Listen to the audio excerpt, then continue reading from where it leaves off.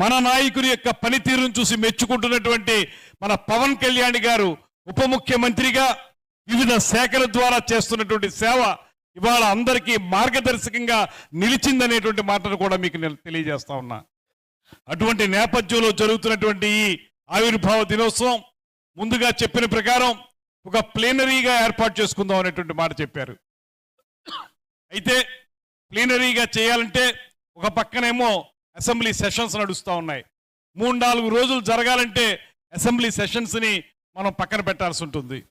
అటువంటి నేపథ్యంలో అలా ప్లీనరీగా కాకుండా మళ్ళీ మన అందరిలో కూడా పునరుత్తేజం ఇచ్చే విధంగా అందరం కలిసి సమైక్యంగా ముందుకు వెళ్ళి రాబోయే రోజుల్లో ఈ పార్టీని మరింత బలోపేతం చేసుకునే విధంగా క్షేత్రస్థాయిలో పునర్నిర్మాణం చేసుకునే విధంగా మనకి దిశానిర్దేశం చేయటానికే ఈ సభను ఉపయోగిస్తున్నారనేటువంటి మాటను కూడా ఈ సందర్భంగా మనవి చేస్తున్నాను.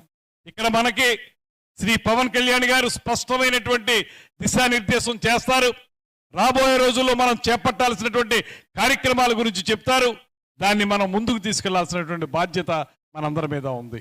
దాంతోపాటు నేను ఒక్క మాట అయితే స్పష్టంగా చెప్పగలను. చాలా మంది కష్టపడ్డవారు ఇవాళ పదవులు వచ్చిన వాళ్ళం మేం మాత్రమే కష్టపడ్డం కాదు, ముందు కూర్చుని మీరు చాలా కష్టపడ్డటువంటి వాళ్ళు చాలా మంది ఉన్నారు. మీ అందరికీ కూడా సముచితమైనటువంటి గౌరవం రావాల్సినటువంటి ఆవశ్యకత కూడా ఉందనేటువంటి మాటలో ఎటువంటి అనుమానం లేదు. అయితే కొంచెం ముందు వెనక ప్రతి ఒక్కరిని కూడా గుర్తించేటువంటి విధానం మన పార్టీలో ఉంటుందనేటువంటి మాటని మీకు తెలియజేసుకుంటా ఉన్నాను. మన ఉప ముఖ్యమంత్రి గారు, మన పార్టీ అధ్యక్షులు వారు కూడా ఖచ్చితంగా ఎవరైతే కష్టపడి తొలి నుంచి పార్టీలో ఉన్నారో, ముందు నుంచి కూడా పార్టీని ముందుకు తీసుకెళ్ళడానికి కృషి చేస్తూ ఉన్నారో వారందరికీ కూడా ఒక ప్రాతినిధ్యం కల్పించాలనేటువంటి ఆలోచన చేస్తున్నారనేటువంటి మాటని మీకు మనవి చేస్తూ ఉన్నాను. దాంతోపాటు ఇవాళ కొన్ని కమిటీలు వేశారు. కమిటీల ద్వారా మనం రేపు 14వ తారీఖున జరిగేటువంటి కార్యక్రమాన్ని సజావుగా చేసుకోవటానికి ముందుకు తీసుకెళ్ళడానికి కృషి చేయాల్సినటువంటి అవసరం ఉంది. చాలా మంది ఇంకా మాతో కూడా అడుగుతున్నారు మమ్మల్ని కమిటీల్లో వేయండి అనేటువంటి మాట. దయచేసి అందరికీ నేను మనవి చేసేది, కమిటీల్లో స్థానం ఉన్నా లేకపోయినా ప్రతి ఒక్కరం కూడా పని చేసుకునేటువంటి అవకాశం ఉంది. అందరం కలిసి పనిచేద్దాం.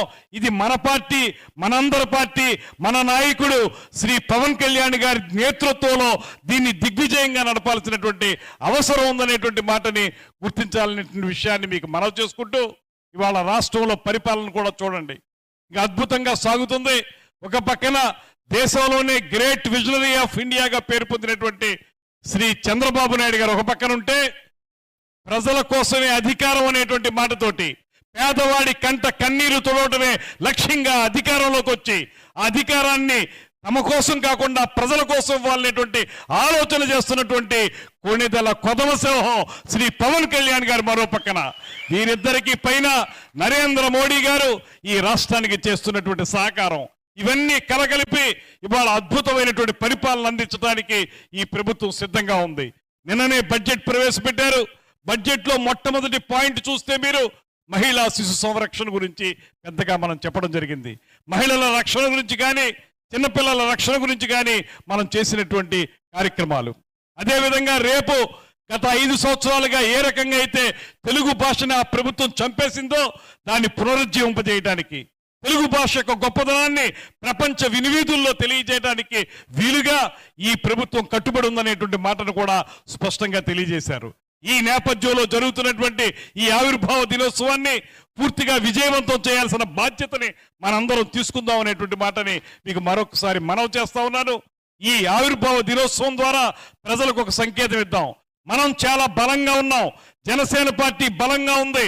తద్వారా రాబోయే రోజుల్లో కీలకమైన శక్తిగా మనం ఉండబోతున్నాం అనేటువంటి మాటని ప్రతి ఒక్కరికి తెలియజేసే విధంగా మనం పనిచేయాలనేటువంటి మాటను కూడా మీ అందరికీ తెలియజేస్తూ, నీవు నేను మనం, మనం మనం జనం, జనం జనం ప్రభంజనం, ఆ ప్రభంజనమే జనసేన పార్టీ యొక్క